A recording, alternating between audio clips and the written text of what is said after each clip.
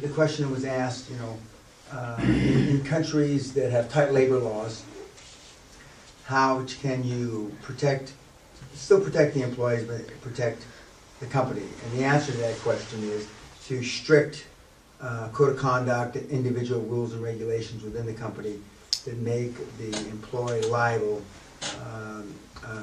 and strictly, not doing anything illegal or anything like that, or breaching your fiduciary responsibility as an employer.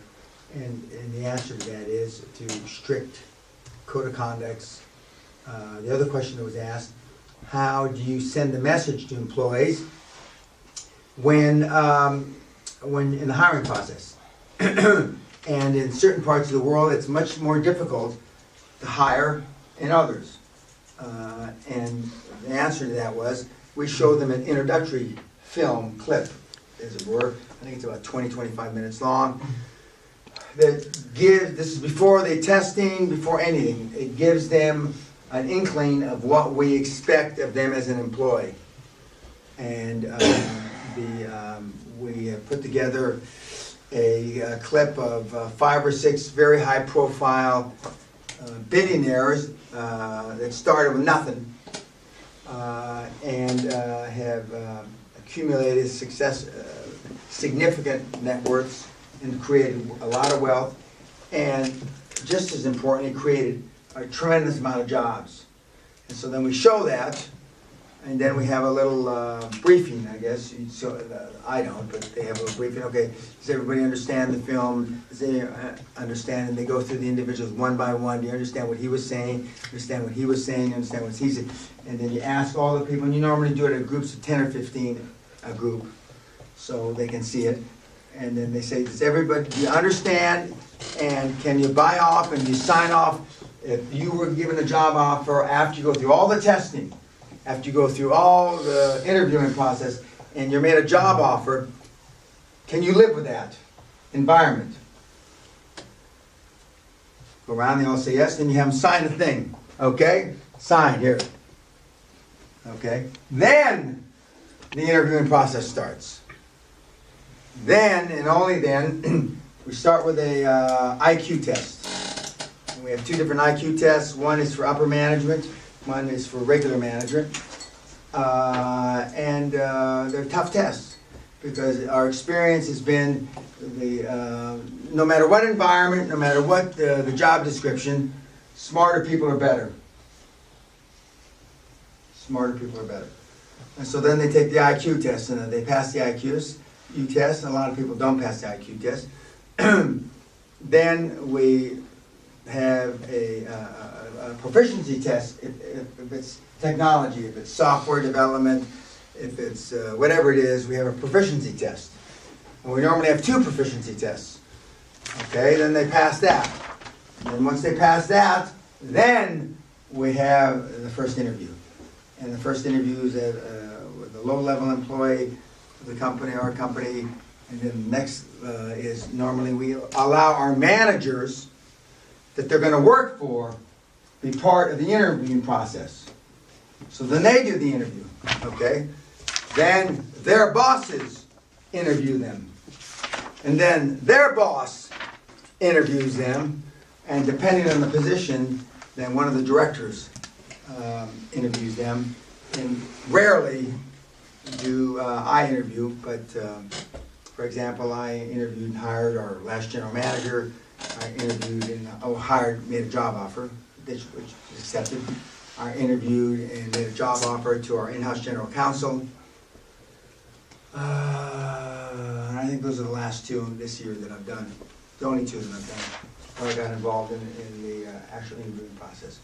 And I don't interview like, even though we tell everybody it's hard, tell them how hard it is, how, Peña may call you at 3 o'clock in the morning, which is true. But then I say, what are the 3 questions that I asked, remember, when I'm interviewing? One of the questions is, what is your understanding of the job position that you're applying for? What is your impression, or how would you describe the job that you've been interviewing for? and some of the time they don't, people only hear what they want to hear. Okay? The other question, what were the other two questions I said at lunch? One of them was, have you ever Googled me? Oh, have you Googled me? That's the third question. Have you Googled me as owner and chairman? And most don't. The senior positions they do. The general manager, the in-house general counsel, the head of software development, which although I didn't interview him, he did Google me. But most don't. And then the other question I asked. Well, the video. How hard it is to. Oh, what did you think of the video? Oh. What did you think of the video, the corporate video that you saw?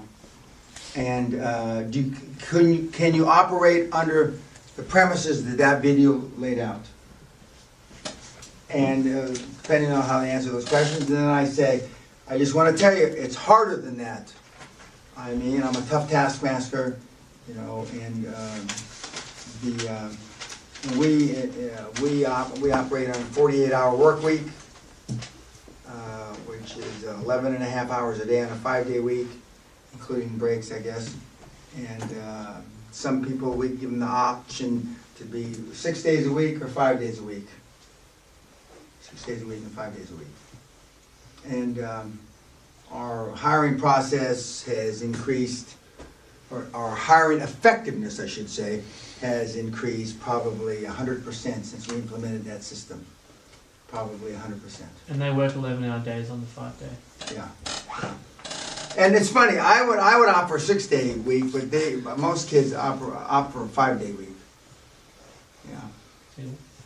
And we pay them. I mean, it's not like we don't pay them, but we pay them. And like Richard Brandt says, you get so much more done in a 24-hour day. We're not asking anybody to work 24-hour days. And managers are on salary; they're not by the hour. And you're saying the drones are on an hourly? Yeah, hour. Oh. The salary, but if they work more than their allotted hours, they get their overtime's on an hourly basis. Managers. But is there overtime after 9 or after 11 hours? 11.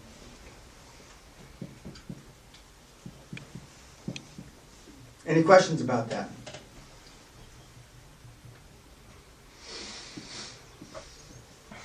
Okay, if there's no questions, I guess that's all for tonight. Thanks, YouTubers.